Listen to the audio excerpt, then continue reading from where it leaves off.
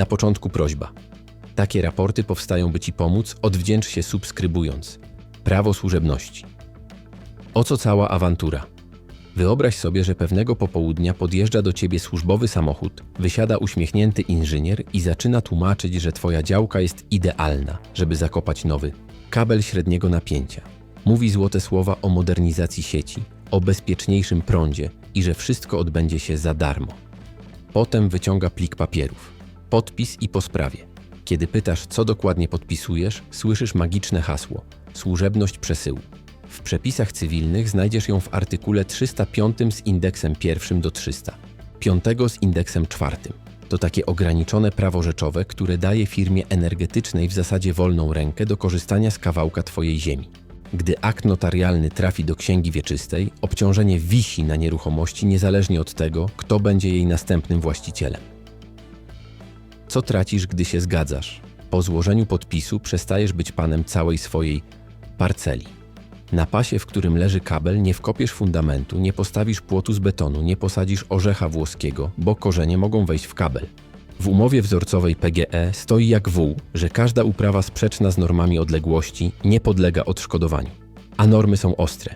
Kilka metrów w każdą stronę, zarówno dla linii naziemnych, jak i podziemnych.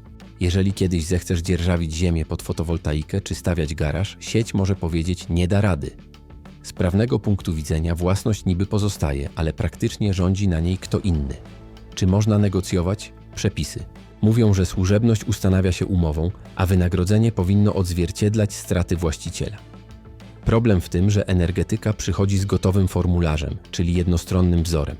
Wynagrodzenie bywa jednorazowe i liczone według stawek, które w praktyce ledwo starczą na worek cementu.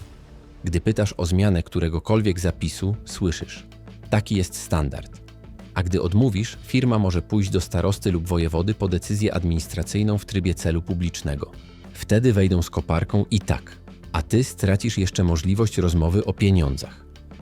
Różnica jest taka, że bez wpisanej służebności każdy kolejny wjazd muszą z tobą uzgadniać. Z wpisem pukają tylko grzecznościowo, bo i tak mają prawo wejść. Na co uważać przy stole z notariuszem? Po pierwsze, poproś o dokładny rysunek przebiegu kabla i strefy ochronnej. Po drugie, wpisz w umowę klauzulę o odszkodowaniach wycenianych według rzeczywistej wartości rynkowej w chwili szkody, nie według kosztorysu firmy.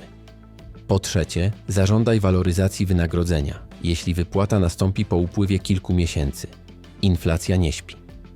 Po czwarte, niech w papierach znajdzie się zapis, że w razie awarii firma przywraca teren do stanu sprzed prac, łącznie z nowymi nasadzeniami i nawierzchnią. Takie dodatkowe zabezpieczenia prawnicy nazywają negocjowalnymi, choć energetyka rzadko je proponuje od siebie. Kiedy opłaca się powiedzieć nie? Jeżeli kabel ma iść środkiem parceli budowlanej, może skutecznie zablokować każdą inwestycję na dziesięciolecia.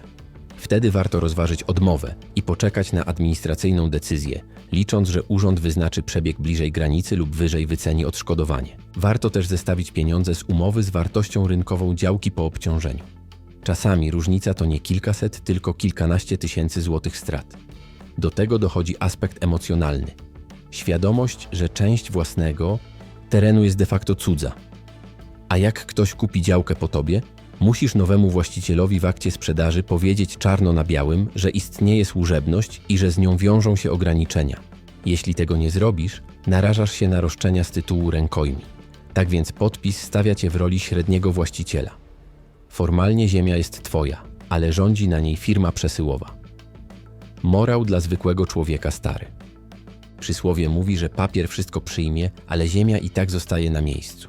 Podpis pod służebnością to de facto oddanie skrawka gruntu za drobne pieniądze, a do tego zobowiązanie przyszłych pokoleń do życia z kablem pod nogami.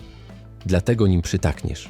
Oblicz, ile warta jest swoboda gospodarowania kawałkiem działki i postaw warunki na piśmie. Bo później, jak głosi ludowa mądrość, jak się powiedziało A, trzeba będzie powiedzieć Amen.